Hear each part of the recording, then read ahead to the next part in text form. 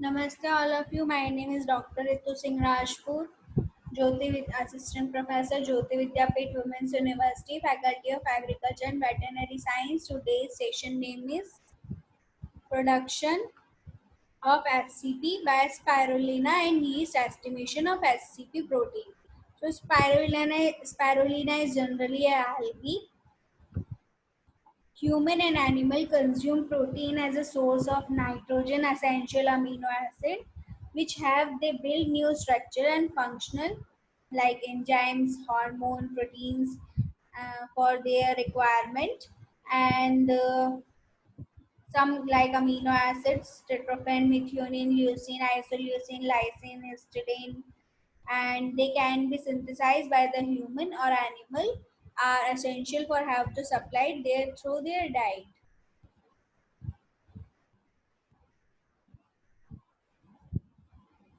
SCP is correctly produced from the limited number of microbial species, particularly when considering human consumption.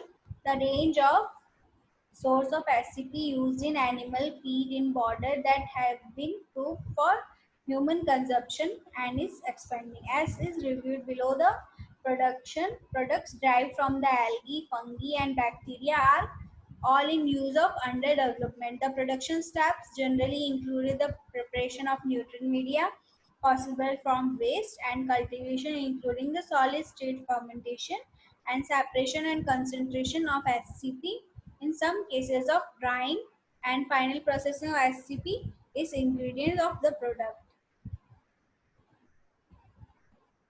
SCP production systems with the different substrates from the process, algae, fungi, or bacteria can be all used in SCP. In the future, dietary protein may be also derived from the protein secreted by the engineered microbial cells and produced from the animal and plant cells culture, and these cells are no longer microbes but they have not animal plants either and resistance to SCP. And what is the protein become blurred. Microbial microalgae acid from the algae. Microalgae which have been produced to the human animal consumption typically have high protein content. They also provide fat, vitamin A, B, C, mineral and salts.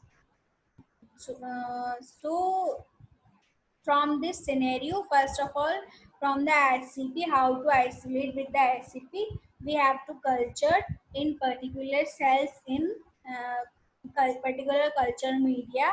Then we have to isolate. Then we have added into the fermentation and with the media, we have to add some substrates and raw material for the further growth for the particular organism, and then we have to start fermenter and added raw material particular enzyme from the degradation of the particular cells, and further the procedure have been start.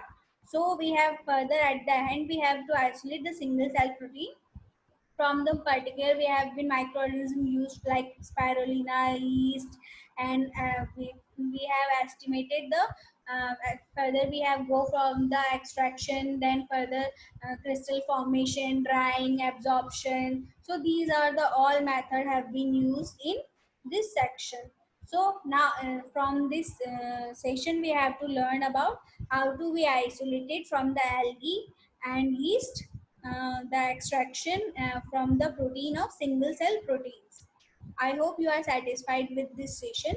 If you have any query, write down in comment box. This session is powered by Digital Version 2.0, Jyoti Vidyapeeth Women's University. Thank you.